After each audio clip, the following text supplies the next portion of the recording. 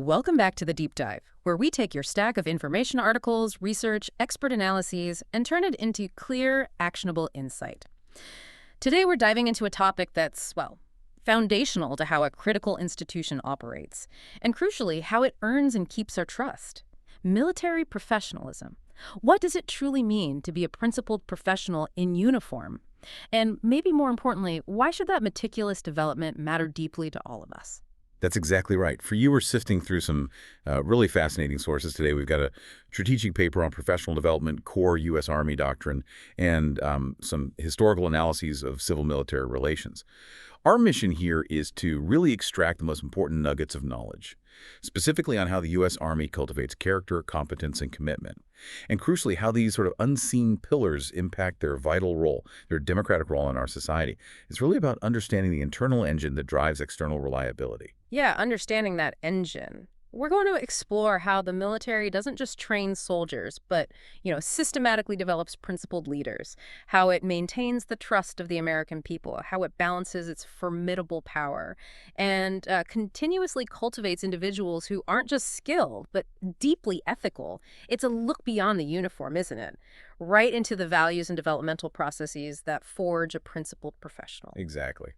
Okay, so to really understand what makes today's military unique, maybe we should start with a pivotal insight from Samuel Huntington.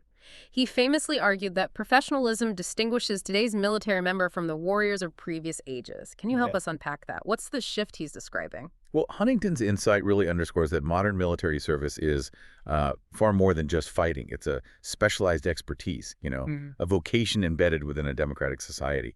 And it comes with these profound ethical and practical responsibilities. As retired Marine Corps General Joseph F. Dunford emphasized, he said, "As military professionals, our most important asset is the trust of and credibility with the American people." Trust. That seems central. It is. This trust isn't just nice to have, it's the currency of their legitimacy. It's why our research indicates a comprehensive, continuous strategy for professional development. Especially principal development isn't optional. It's absolutely vital to prevent that trust from eroding over time. Okay, so this idea of professionalism is directly tied to trust. And our sources, they introduce a common framework for this, right? Built on what the Army calls the 3 C's. That's the core concept: character, competence, and commitment. Let's dive into the first one then, character. What does character mean in this specific context? Why is it the bedrock? Well, character, in the Army's view, isn't just about someone's personality, being a good person generally. It's explicitly defined as dedication and adherence to the Army ethic, including Army values, as consistently and faithfully demonstrated in decisions and actions. Okay, that's quite specific. It is, and what's insightful here is how this formal definition kind of transforms character from just a subjective personal trait into an institutional bulwark, really.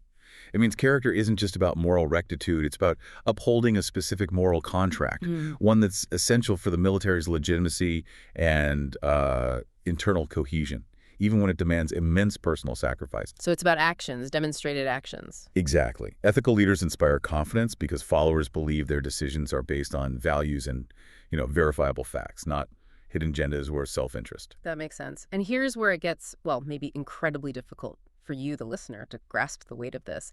The Army doctrine explicitly says soldiers must obey legal and moral orders. But, and this is huge, they must disobey an unlawful or immoral order. Yes.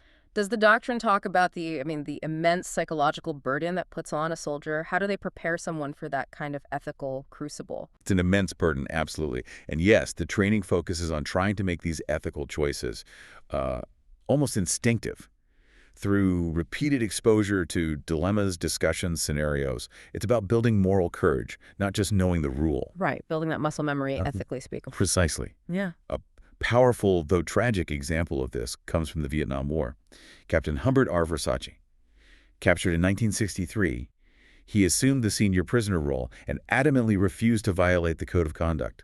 He gave the enemy only the information required by the Geneva Convention, reciting it over and over. Yeah. Despite severe physical and mental duress, he tried to escape 4 times and loudly resisted his captors. He became a moral exemplar to fellow prisoners, even local villagers, who saw his defiance, his unwavering commitment to his principles right up to his execution. It just highlights the extraordinary demands on character in military service, the absolute expectation of moral fortitude, even facing death. That's an incredible story of character under duress. Okay, from that profound example, let's move to the second C, competence. We often think of competence as just being skilled. What does it entail for military professionals, especially when it's linked so directly to character? Right. Competence is definitely about being a knowledgeable professional, possessing that in-depth knowledge and skill developed from experience, training, education, all that.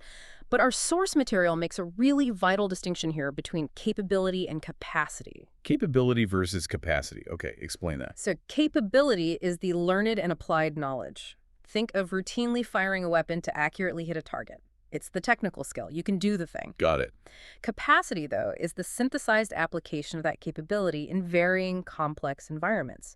It's figuring out how to use that skill when things get messy, like maybe figuring out how to ricochet bullets to hit a target, or adapting a tactic on the fly when the situation changes completely. It's about adapting knowledge to new dynamic situations, often under extreme pressure. Ah, okay. So the difference between just what you can do and how you adapt what you can do in the real world, that seems critical. How does understanding that difference change how the Army approaches training leaders for, the unpredictable nature of conflict? It means training isn't just about repetition or following a checklist. It's about building adaptive expertise, developing critical thinking, problem-solving skills in ambiguous, high-stress environments. Right.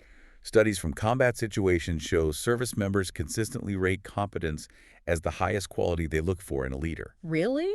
Above other things? Yes, precisely because it directly indexes a leader's decision-making ability to get the mission done while minimizing risk. It's what achieved the objective and keeps people safe at the end of the day. Makes sense. We see this in the story of Lieutenant Robert C. Kingston in Korea back in November 1950. Now, despite being outranked by some attached officers, Kingston remained in command of what became Task Force Kingston. Why? Because of his exceptional competence, his resilience, his personal courage under fire. Even after being hit during an assault, he kept leading, inspiring his soldiers through incredibly tough fighting in mountainous freezing conditions. His capacity to adapt and perform was paramount. That's a great example of capacity in action, but it makes me wonder, does that high value placed on pure skill, on competence, ever risk overshadowing character or commitment, especially in those high-stakes situations where getting the job done might feel like it overrides everything else? That's an excellent question. And it's precisely why the 3 C's are presented as an interconnected framework, not just isolated traits you check off a list. A leader who is highly competent but lacks character or lacks commitment can be incredibly dangerous. The doctrine really emphasizes that competence must always be guided by character, and commitment ensures that competence is applied consistently and ethically for the greater good, not for personal gain or, at the expense of others. It's an ongoing tension, absolutely. Requires constant vigilance and leadership development. Okay, that balance is key.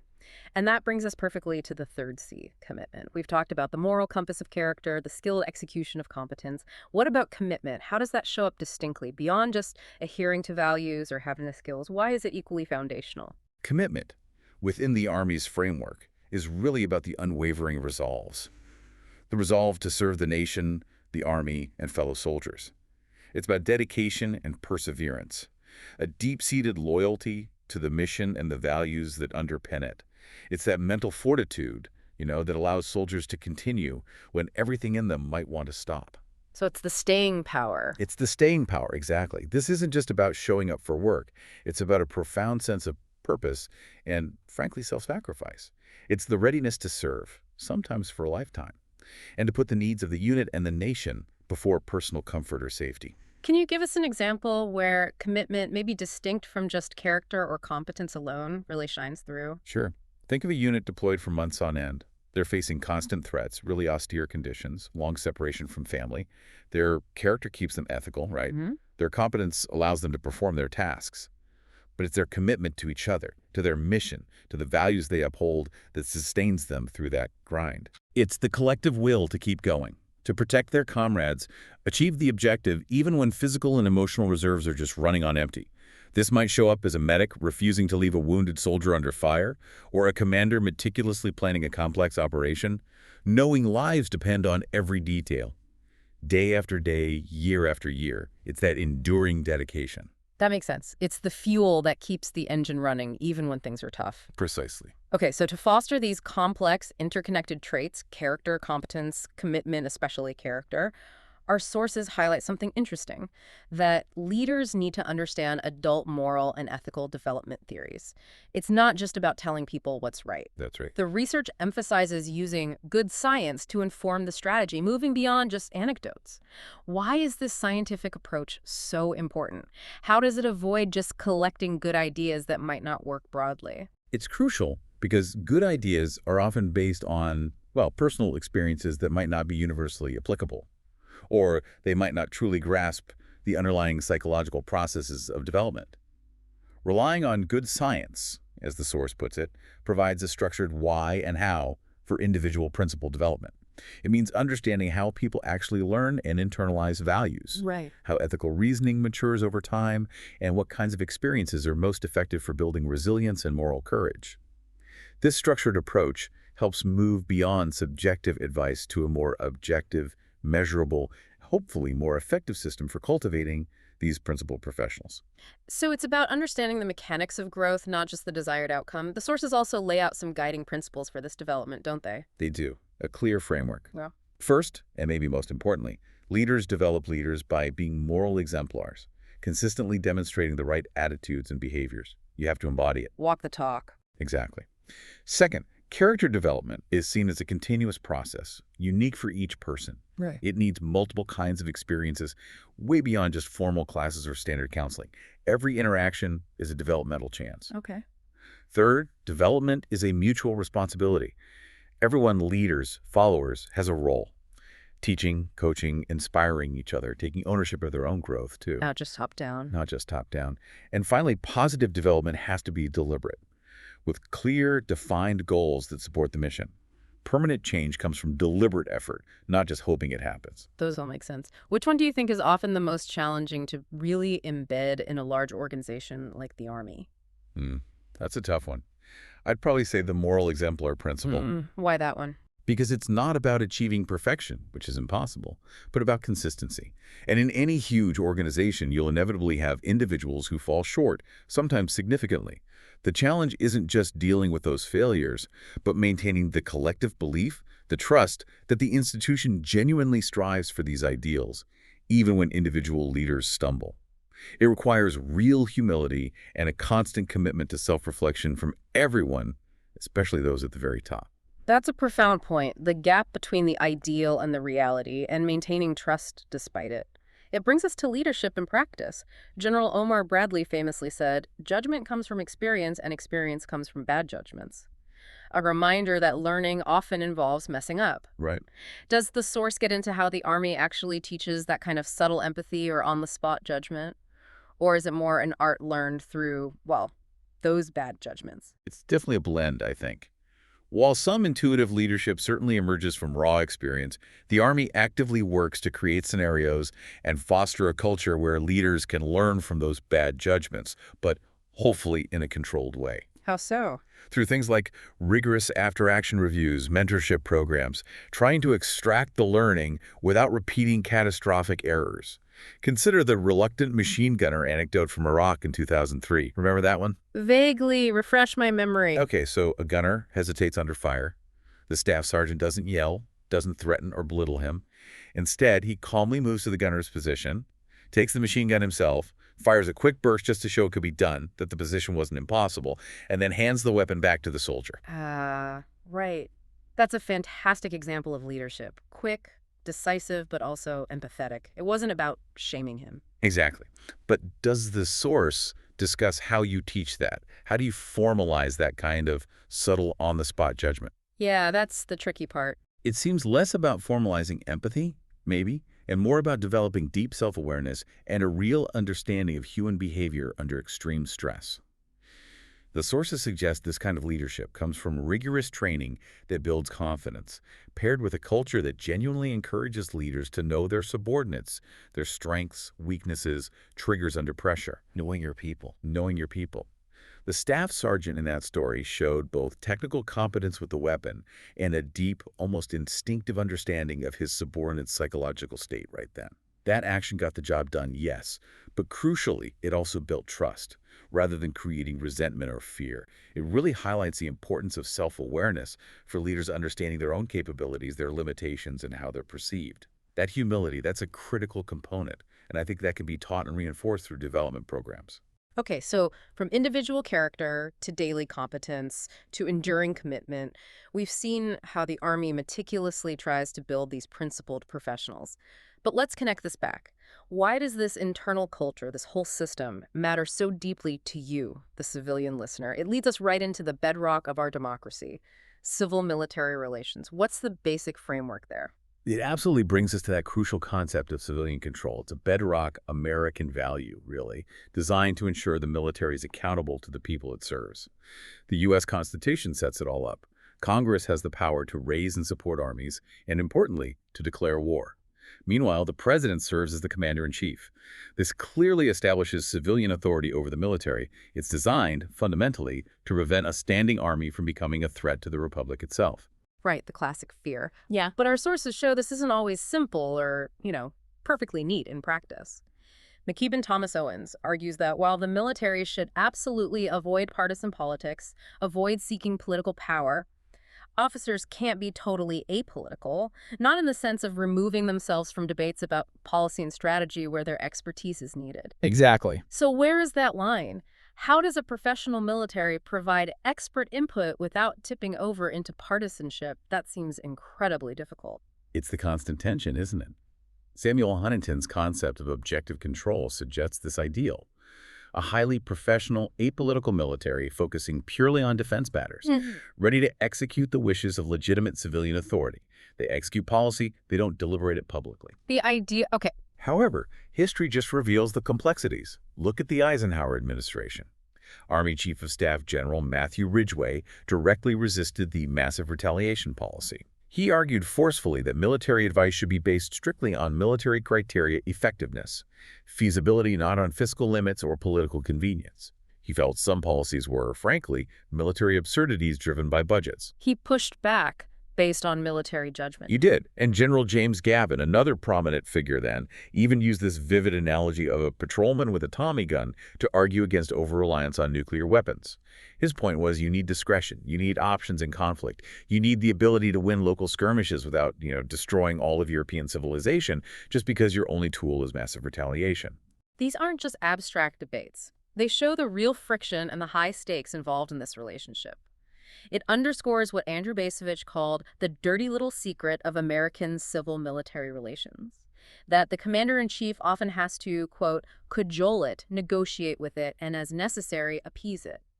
The military isn't just a passive tool. It has institutional weight and perspective. Right. And a powerful example of civilian oversight ultimately winning out despite military advice is the Cuban Missile Crisis in 1962. A classic case. President Kennedy ultimately chose the naval quarantine, the blockade, over more aggressive military options like airstrikes, even though some in the military were strongly advising that path. It clearly showed the civilian leadership having the final say on policy. Absolutely, and that illustrates the ultimate authority rests with the elected civilian leadership.